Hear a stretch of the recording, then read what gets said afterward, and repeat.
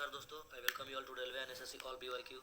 तो दोस्तों, इस वीडियो में हम लोग बात करेंगे जियोग्राफी से रिलेटेड कुछ महत्वपूर्ण क्वेश्चंस के बारे में, जो कि किसी भी गवर्नमेंट एग्जाम के लिए बहुत ज़्यादा महत्वपूर्ण क्वेश्चन है। तो चलिए शुरू कर लेते हैं हमारा आज का वीडियो। और हमारा पहला प्रश्न ये है कि अंतर्राष्ट्रीय डेडलाइन के बारे में इसमें से कौन सी बात सही है। ठीक है, इसके लिए हमारा ऑप्शन दिया हुआ है। यह रेखा 180 डिग्री के अनुरूप होती है, यह एक सीधी रेखा है, यह एक बड़ा वृत्त चाप होती है, यह भूमि परिमाण से परे एक टेढ़ी मेढ़ी रेखा है। ठीक है, तो इसमें आपको सही ऑप्शन बताना है। इसमें हमारा सही आंसर हो जाएगा यह एक भूमि परिमाण से परे टेढ़ी मेढ़ी रेखा है। ठीक है, देखिए यह जो इंटरनेशनल डेडलाइन होता है वह एक सीधी रेखा ना होकर एक टेढ़ी मेढ़ी रेखा है। ठीक है, चलिए अब अगले प्रश्न की ओर आगे बढ़ते हैं। इसमें आपको ये बताना है कि पृथ्वी के तल का कितना भाग रेगिस्तान है। ठीक है, इसमें आपको ऑप्शन दिया हुआ है 10वां भाग, 5वां भाग, 1/3 या 6वां भाग। तो इसमें हमारा सही आंसर हो जाएगा 5वां भाग। ठीक है, अर्थात लगभग 20% जो पृथ्वी का सतह है वह रेगिस्तान है। ठीक है, ये आप ध्यान रखिएगा। चलिए अब अगले प्रश्न को देखते हैं। इसमें आपको ये बताना है कि ज्वार भाटा किसके गुरुत्वाकर्षण के कारण आता है। ठीक है, इसमें आपको ऑप्शन दिया हुआ है पृथ्वी का चंद्रमा पर, पृथ्वी का सूर्य पर, पृथ्वी पर सूर्य और चंद्रमा का पृथ्वी पर। तो इसमें हमारा सही आंसर हो जाएगा पृथ्वी पर सूर्य और चंद्रमा का। ठीक है, जब पृथ्वी पर सूर्य और चंद्रमा का संयुक्त गुरुत्वाकर्षण बल प्रभावी होता है तब महासागरों में ज्वार भाटा देखने को मिलता है। चलिए अब अगले प्रश्न को देखते हैं। इसमें आपको ये बताना है कि एक ही समय में कंपन करने वाले सभी स्थानों को जोड़ने वाली रेखा की श्रृंखला को क्या कहा जाता है। सहभूकंप रेखाएं, भूकंपन रेखाएं, सहभूकंपन रेखाएं या समभूकंपन रेखाएं। तो इसमें हमारा सही आंसर हो जाएगा सहभूकंप रेखाएं। ठीक है, जब भूकंप आता है तो एक साथ जितने भी क्षेत्र होते हैं वह जो पृथ्वी का सतह होता है जो एक साथ कंपित होता है उस सतह को मिलाने वाली जो रेखा होती है उसको सहभूकंप रेखाएं कहते हैं। ठीक है, तो ये आपको ध्यान रखना। चलिए अब अगले प्रश्न को देखते हैं। इस प्रश्न में आपको ये बताना है कि किसका मिलान गलत किया गया है। ठीक है, तो पहला दिया हुआ है कर्क रेखा। ठीक है, कर्क रेखा जो होता है 23 डिग्री एन अक्षांश ठीक है। मकर रेखा 66.5 डिग्री एन अक्षांश, ये गलत है। ठीक है, इसमें अगला है अंतर्राष्ट्रीय दिनांक रेखा, ये बिल्कुल सही है 0 डिग्री। दक्षिण ध्रुव वृत्त, ये भी सही है। ठीक है, चलिए अब अगले प्रश्न को देखते हैं। इस प्रश्न में आपको ये बताना है कि जीवाश्म विज्ञान में किसका अध्ययन किया जाता है, मृदा का, वृक्ष का, फॉसिल का या चट्टान का। तो ये एकदम सिंपल प्रश्न है, इसका आंसर हो जाएगा हमारा फॉसिल। ठीक है, इसको फॉसिल को हिंदी में जीवाश्म कहा जाता है। चलिए अब अगले प्रश्न को देखते हैं। इसमें आपको ये बताना है कि विश्व के सभी भागों में 23 सितंबर का दिन और रात की लंबाई जो होती है वो समान होती है। तो इस दिन को क्या कहा जाता है। ठीक है, शरतकालीन विषुव या इक्विनॉक्स, खगोलीय विषुव, शीतकालीन विषुव या बसंत विषुव। ठीक है, तो 23 सितंबर, ठीक है, इसको कहा जाता है शरतकालीन विषुव। ठीक है, या इक्विनॉक्स। एक होता है 21 मार्च। ठीक है, इस दिन इसको कहा जाता है वसंतकालीन विषुव। ठीक है, और इन दोनों दिन जो होता है दिन और रात बराबर होती है। तो ये आपको ध्यान रखना। चलिए अब अगले प्रश्न को देखते हैं। इस प्रश्न में आपको ये बताना है कि समोच्च रेखाएं किस प्रकार के स्थानों को मिलाकर खींची जाती है। ठीक है, इसके लिए हमारा ऑप्शन दिया हुआ है माध्य समुद्र तल से सम ऊंचाई, सम वर्षा वाले, सम वायुदाब वाले या समताप वाले। तो समोच्च रेखाएं हैं, इसका सही आंसर हमारा हो जाएगा माध्य समुद्र तल से सम ऊंचाई वाले। ठीक है, चलिए अगले प्रश्न की ओर बढ़ते हैं। इस प्रश्न में आपको बताना है कि चुंबकीय याम्योत्तर और भौगोलिक याम्योत्तर के बीच कोण कैसा होता है। ठीक है, इसके लिए आपको ऑप्शन दिया हुआ है दिगंश, नति, समक्रांतिक या अक्षांश। तो इसमें हमारा सही आंसर हो जाएगा समक्रांतिक या डिक्लिनेशन। ठीक है, तो ये आपको ध्यान रखना। चलिए अब अगले प्रश्न की ओर बढ़ते हैं। इसमें आपको उस मानचित्र का नाम बताना है। ठीक है, जिसमें प्राकृतिक और मानव निर्मित जो कुछ भी होता है वो स्पष्ट दिखाई देता है। इसके लिए आपको ऑप्शन दिया हुआ है भित्ति मानचित्र, स्थलाकृति मानचित्र, मानचित्र या एटलस मानचित्र। ठीक है, तो इसमें हमारा सही आंसर हो जाएगा स्थलाकृति मानचित्र। ठीक है, ये आपको ध्यान रखना। चलिए अब अगले प्रश्न की ओर आगे बढ़ते हैं। इसमें आपको ये बताना है कि कौन सी रेखा है जो कि दो देशों के बीच सीमांकन नहीं करती है। ठीक है, अंतर्राष्ट्रीय दिनांक रेखा, मैकमोहन रेखा, रेड क्लिफ रेखा या डूरंड रेखा। देखिए डूरंड रेखा जो होता है यह पाकिस्तान और अफगानिस्तान के बीच में है।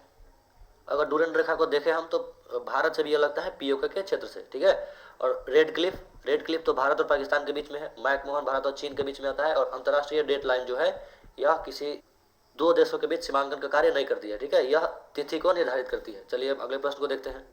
इस प्रश्न में आपको ये बताना है कि कर्क रेखा किससे नहीं गुजरती है। ठीक है, इसके लिए आपको ऑप्शन दिया हुआ है म्यांमार, नेपाल, बांग्लादेश या चीन। देखिए चीन से होकर कर्क रेखा गुजरती है, बांग्लादेश से भी गुजरती है, म्यांमार से भी गुजरती है। इसमें हमारा सही आंसर हो जाएगा नेपाल। ठीक है, इससे होकर कर्क रेखा नहीं गुजरती है। और कर्क रेखा क्या होता है, यह होता है 23.5 डिग्री उत्तरी अक्षांश, ठीक है, 23.5 डिग्री उत्तरी अक्षांश। चलिए अब अगले प्रश्न को देखते हैं। इसमें आपको बताना है कि नवीनतम भूवैज्ञानिक युग कौन सा है, ठीक है, पर्मियन है, ट्रियासिक है, क्रिटेशिया है या जुरासिक है, ठीक है। तो इसमें हमारा सही आंसर हो जाएगा क्रिटेशिया, ठीक है, ये जो है नवीनतम है। और प्राचीनतम की बात करें तो ये हो जाएगा हमारा पर्मियन, ठीक है, तो ये आप ध्यान रखिएगा। चलिए अब आगे बढ़ते हैं।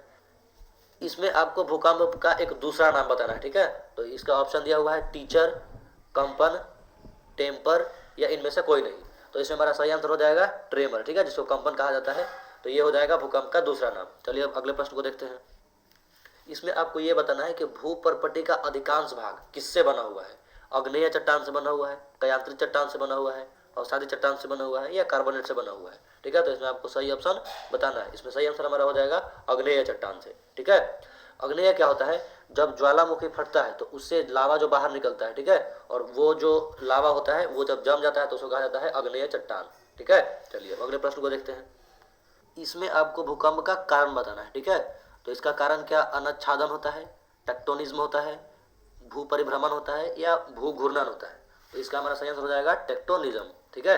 टेक्टोनिक्स प्लेट जो होती है वो लगातार घूमती रहती है और जब वो आपस में रगड़ाती है या फिर टकराती है तो उसे भूकंप आता है, ठीक है, ये आपको ध्यान रखना है। चलिए अब अगले प्रश्न को देखते हैं। इसमें आपको ये बताना है कि पृथ्वी एक चक्कर कितने समय में लगाती है। तो इसको हम लोग जनरली 24 घंटा मान लेते हैं, लेकिन जो इसका एक्चुअल टाइम है वो होता है 23 घंटा 56 मिनट और 4.9 सेकेंड, ठीक है। तो ये आप ध्यान रखिएगा, ये एग्जाम की दृष्टि से बहुत ज़्यादा महत्वपूर्ण है। ये CGL के एग्जाम में भी आ चुका है, ठीक है। चलिए अब अगले प्रश्न को देखते हैं। इसमें आपको बताना है कि किस किस जगह पर दिन और रात जो है वो बराबर होते हैं, ठीक है। इसके लिए आपको ऑप्शन दिया हुआ है प्रमुख यामी उत्तर, अंटार्कटिका, ध्रुव या फिर भूमध्य रेखा पर। तो इसका हमारा सही आंसर हो जाएगा भूमध्य रेखा, ठीक है। यहाँ पर चूंकि ये पृथ्वी के एकदम बीच में होता है और यहाँ पर लगभग 12 महीने क्या होता है, सूर्य की सीधी किरणें पड़ती हैं, ठीक है। और फिर इस कारण जो है यहाँ पर दिन और रात बराबर होता है, ठीक है। चलिए इसको ध्यान रखिएगा। अब बढ़ते हैं अगले प्रश्न की ओर। इसमें आपको बताना है कि पृथ्वी आवर जो होता है इसका कॉन्सेप्ट कब और कहाँ शुरू किया गया, ठीक है।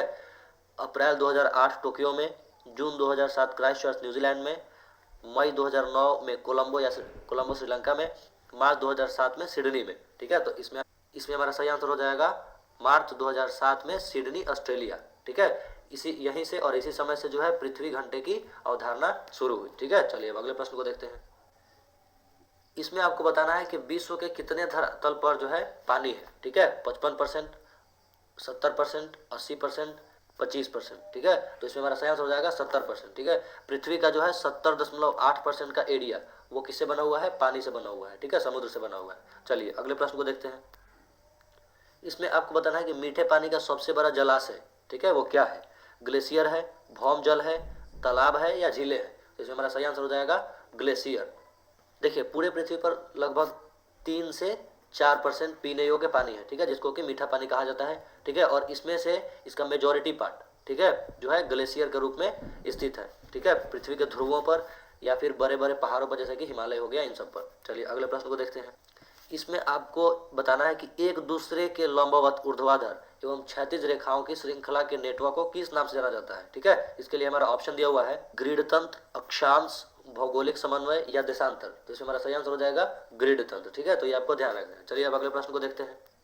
इसमें आपको बताना है कि पृथ्वी का सबसे पतला परत कौन सा है, ठीक है। ऑप्शन है आपका मेंटल, आउटर कोर, क्रस्ट या इनर कोर, ठीक है। तो इसमें हमारा सही आंसर हो जाएगा क्रस्ट। क्रस्ट सतह की मोटाई 5 से लेकर 70 किलोमीटर के आसपास का होता है, ठीक है। और पृथ्वी का पूरी त्रिज्या अगर की बात करें तो वो होता है लगभग 6400 किलोमीटर। और इसलिए मात्र 5 से लेकर 70 किलोमीटर की मोटाई होने के कारण यह जो है सबसे पतली परत है पृथ्वी की, ठीक है। चलिए इसको ध्यान रखिएगा। बढ़ते हैं अगले प्रश्न की ओर। इसमें आपको बताना है कि पृथ्वी का अपना वायुमंडल क्यों है, ठीक है। ऑप्शन है आपका वायु, बादल शक्ति, गुरुत्वाकर्षण या पृथ्वी के घूर्णन, ठीक है। तो इसमें हमारा सही आंसर हो जाएगा गुरुत्वाकर्षण, ठीक है। देखिए पृथ्वी का जो गुरुत्वाकर्षण बल है ये क्या करता है कि वायु को अपनी तरफ बांधे हुए रखता है, ठीक है, यहाँ से बाहर निकलने नहीं देता है, ठीक है, चंद्रमा की तरह। और यहाँ पर जो है वायुमंडल इस कारण से स्थित है, ठीक है। तो इसको आपको ध्यान रखना है। चलिए बढ़ते हैं अगले प्रश्न की ओर। बताना है कि सूर्य से पृथ्वी को जो ऊर्जा प्राप्त होती है जिसको आतपन कहा जाता है, इसकी राशि किस पर निर्भर करती है, ठीक है। यहाँ के मौसम पर, उस स्थान के देशांतर रेखा पर, उसके अक्षांश पर या उस स्थान की ऊंचाई पर। तो इसमें हमारा सही आंसर हो जाएगा उसके अक्षांश पर, ठीक है, ये आपको ध्यान रखना है।